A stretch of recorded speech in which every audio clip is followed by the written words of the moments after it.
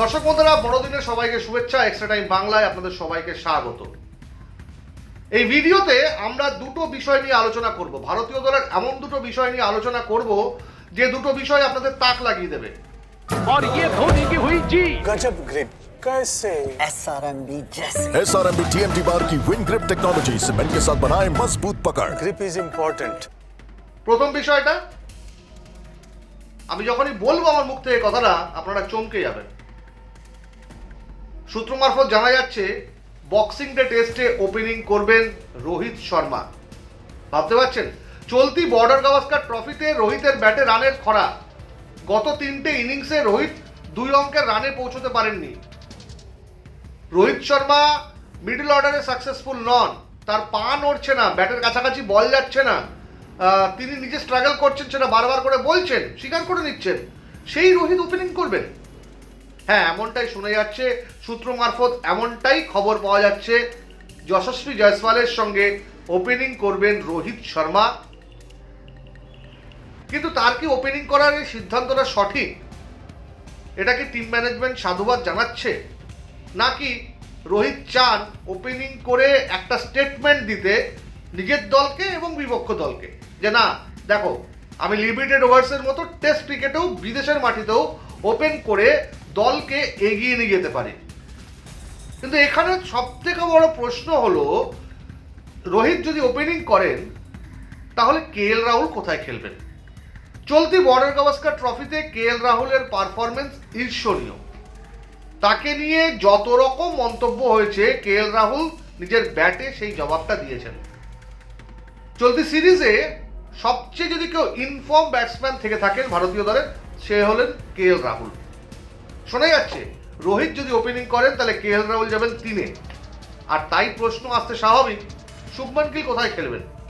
Middle অর্ডারে 4 নম্বরটা বিরাট কোহলির জন্য নিশ্চিত। তিনি কি আরও নিচে খেলবেন, সেটা দেখার বিষয়। আরও একটা আপডেট আছে ইন্ডিয়ার টিম নিয়ে, সেটা হচ্ছে অনেকেই মনে করছিলেন যে ব্রিসবেন টেস্টের দলই হয়তো ইন্ডিয়া টিম MCGতে খেলাবে, কিন্তু না, তেমনটা হওয়ার সম্ভাবনা অনেকটাই কম।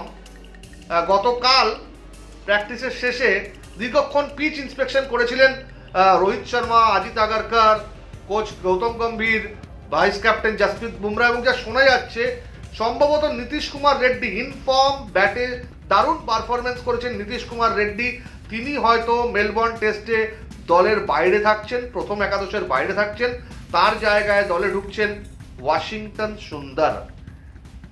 এবার কেন নীতিশ কুমার রেড্ডিকে বাইরে বসতে হচ্ছে? কারণ নীতিশ কুমার রেড্ডি ব্যাটে পারফরমেন্স করলেও বোলিংয়ে কিন্তু তেমন নজর কাটতে পারছেন না। একটা দুটো উইকেট নিচ্ছেন কিন্তু প্রচুর রান বিলাচ্ছেন। মনে করে দেখুন, ব্রিসবেন টেস্টে বা অ্যাডিলেড টেস্টে তাকে কীরকমভাবে অ্যাটাক করছিলেন ট্রাভিস হেড। তো সেইটা কোথাও গিয়ে ইন্ডিয়ান টিমের ব্যাক অফ দ্য মাইন্ডে রয়েছে।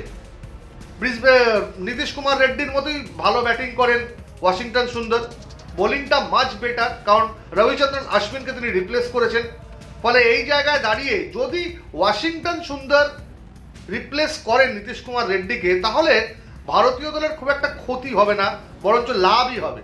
কারণ যতটুকু শোনা যাচ্ছে মেলবোর্নের এই উইকেটে প্রচুর রান উঠবে, এবং এমন একটা রানে ভরা উইকেট, লাস্ট 2 দিন যদি খেলা গড়ায়, চতুর্থ দিন পঞ্চম দিন, তাহলে উইকেটে স্পিন হতে পারে। সেক্ষেত্রে ওয়াশিংটন সুন্দর একটা বড় ফ্যাক্টর হতে পারেন জাদেজার সঙ্গে, রবীন্দ্র জাদেজার সঙ্গে। দুজনে যদি দুই প্রান্তে বোলিং করেন তাহলে ট্রাভিস হেডের মতো ইনফর্ম ব্যাটসম্যানকে কিন্তু আটকানো সম্ভব।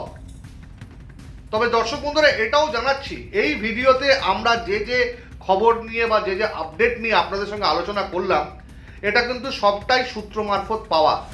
এটা কোনো অফিসিয়াল কনফার্মেশন নয়। অফিসিয়াল কনফার্মেশন কিন্তু আগামীকাল, অর্থাৎ টেস্ট ম্যাচের প্রথম দিন টস হওয়ার সময় পাওয়া যাবে। তখন রোহিত শর্মার দিকে সবাইকে তাকিয়ে থাকতেই হবে। আপনারা এরকম আরও অনেক ভিডিও দেখবেন এক্সট্রা টাইম বাংলার প্ল্যাটফর্মে। আমাদের চ্যানেলকে সাবস্ক্রাইব করুন, আমাদের সঙ্গে থাকুন। Extra time.